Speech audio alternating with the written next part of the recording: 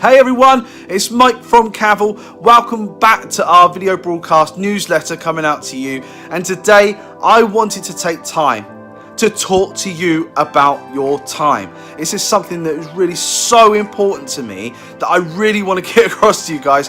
Time is worth so much more than you think it is. It really is. You don't want to waste any of it. Guys, we give it away so freely on so many ridiculous things. You just wouldn't do that with your money in your pocket. You wouldn't go out and spend the money on the stuff that was so free to give your time away. Time away doing things that will not help you in any way to any of your goals, aspirations or dreams that you have right now, and definitely won't help you towards your business goals. Guys, your time is worth so much more than what you think it is. It really, really is. Look, for example, if I say to somebody, how much is your time per hour worth? Most of us immediately jump to the first thing we can think of, which is, how much am I paid per hour? Right? That you're worth more than what you're paid for by hour. Guys, if I go out to a store and I buy a car, or a car dealership rather than a store, but if I go out and I buy a car from a car dealership, guys, right, I want value for my money. That means I want the car that I'm buying to be worth more than the money that's in my pocket. That's why I'm so freely going to give away the money to get the car, right? Well, if I want you to come and invest your time in my business, I want the value from your time to be worth more than the money I'm paying you per hour. If this is your business, then your whole effort and everything you put into your business has got to be worth more value than you are actually taking out of the business. It has to be. It just has to be. Guys, if you're putting down that your value of your time per hour is how much you're getting paid for by hour, you're doing this completely wrong, man. It is just so insane. That I'm a business owner. Without me putting time into my business and onto my business won't work. It fails, it falls. Even if I have a team of people, huge, massive team of people behind me, I don't, by the way, but even if I did have a massive team of people behind me, if I just got up and left for a month, that's going to have an impact on the business. Absolutely it is. And the impact is going to be worth more on the business, will cost the business more, than it is to pay me per hour. It just is. Or whatever I'm going to take out of the business as a business owner. Me not being there is going to have more impact than the business paying me what I get at the moment. True or true? Right? It just is. It's just simple. Guys, you need to stop and you need to think. Take stock. How much is your time worth in that business? It's going to be worth more than what you're taking out. It's going to be worth more than what you're paid. Having your managers, if you've got managers or supervisors below you as well, what's their time worth? It's going to be worth more than what you're paying them, I'll tell you that for a fact, right? So you're taking a large quantity of their time and spending it on lots of different things that are not adding value to your business, that are not driving your business ahead and making a difference today. You're wasting time and you're wasting money and you're not getting the value that you need to be getting from that in your business. Fact. Guys, for me, one of the biggest eye-openers of becoming a business owner, for me, the biggest thing was, my God, and I may sound stupid on this, but I know I'm not alone. I'm doing everything. I'm everything. I'm everything to all people. I am the manager. I am the accountant. I am the marketer. I'm the sales rep. I'm everything. I'm HR. I'm payroll. You name it. Procurement. I'm it. It's me. It's on my shoulders. It's me. I'm every single department that you would find in a corporate entity rolled into one single person. Yeah? That's me. And that all takes time. Now, was that what I started my business for? No, it wasn't. What I started my business for is what I'm doing right now. Is to take time out and help other business owners to maximize the potentials within their workforce, their staff, and actually make themselves more competitive and make their lives easier at the same time, right? That's my whole focus. That's what I've done in my career and that's what I'm passionate about. It's all I know how to do, right? If I can't do that, other than being a fantastic dad, I'm really at a loss. But to be honest with you, am I a great marketer? That's not my skill set. It's not my forte. Now, I can invest a lot of time training how to do it, and I have been. But is that what I went into business to do? No. I can take a lot of time to see how I can do my accounts. I'm not an accountant, it's probably wise to get an accountant, but it's still going to require a lot of work from me. Is that what I wanted to do? Hell no. I can't tell you how much I hate that. I hate the numbers, but those numbers are so important to my business. But that's not what I came into business to do. Did I come into business to worry and fret whether I'm getting the best deal as to the products and stuff that I'm buying from people? No. I just wanted to be able to get the stuff into the business to help me to get on with what I need to do and to help you guys out and do what I know how to do best. Not to spend time doing negotiations over the stuff that I'm buying to help me to do that. God damn, no, that's not what I wanted to do. Did I want to get into business to do, whatever it is, to do the sales? No, I didn't. Cold calls scared the living bejesus out of me. They do. I've got to learn it, I've got to focus on it, and I've got to get better at it. Because at the end of the day, we only have a small amount of people. If I don't join in on that, the business isn't going to go very far. But is that what I came into business to do? No, it's not. But it all takes time.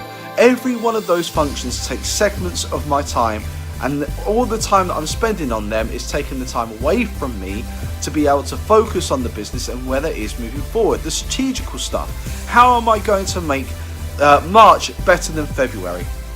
How am I going to make 2019 better than 2018? How am I going to achieve the goals that I've set myself this year? How am I going to find the time to even write down the goals that I should be setting myself for this year? Because I'm focusing on all these different things. Look, it's a fact.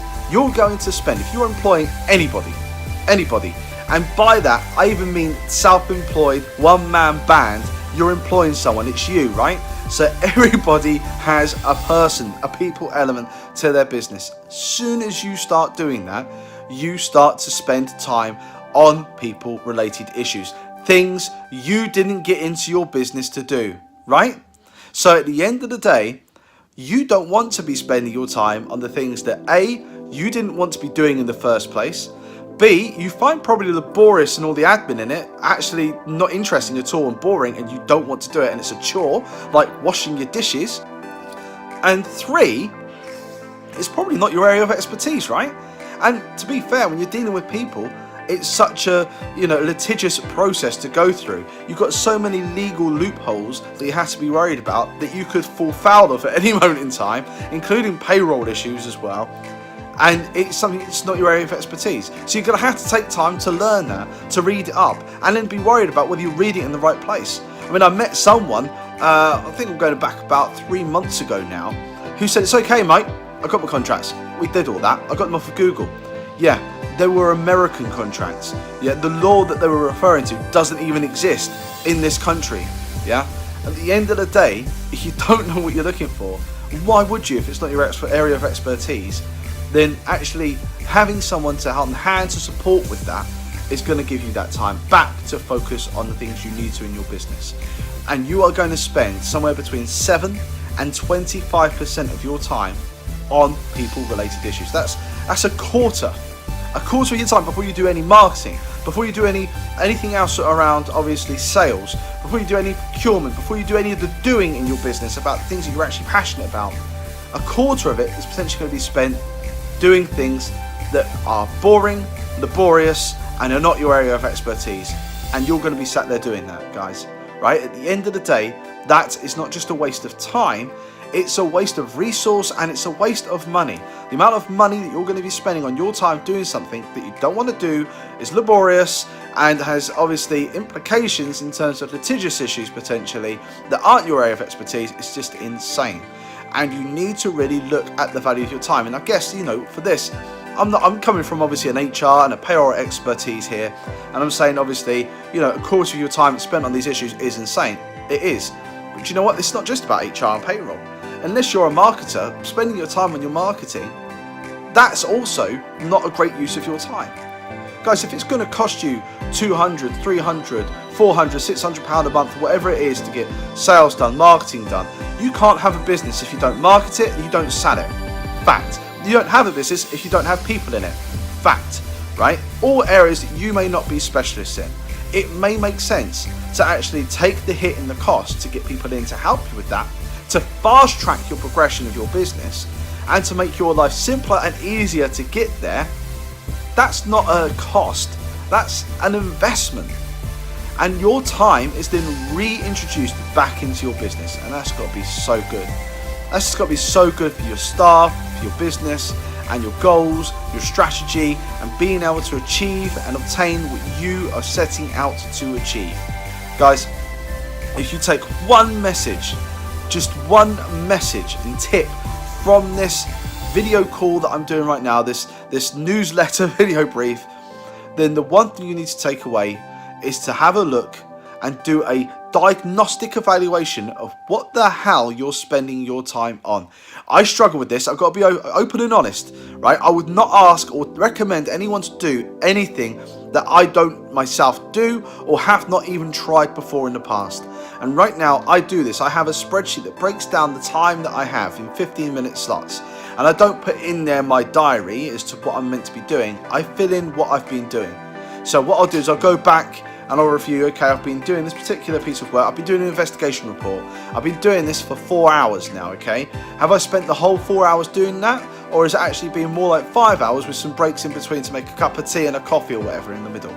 I want to record all of that. I want to know where I'm spending my time. Am I sat in front of a TV watching Gotham? Yeah, I am, and it's great. But at the end of the day, is that helping my business? No. How much time am I spending on that? Jesus Christ. You know, this is ridiculous. I worked out the other day that if I got up earlier in the morning and got an extra 2 hours a day, it works out to be that I'm getting an extra month in my year. I'm getting a 13-month year just by getting up 2 hours earlier every day, right? That's how you get ahead of your competition. That's how you make a difference. Guys, the one thing you need to take away today is to look at where you're spending your time, look where you're wasting your time. How much time are you spending on the things that aren't what you wanted to do? Think back about why you started your business. What is your why? And are these things part of the why as to what the reasons why you started that business? I guarantee you a large proportion of them won't be. Okay guys, have a great week and I'll see you later. Have a profitable week, and remember, outstarve the competition.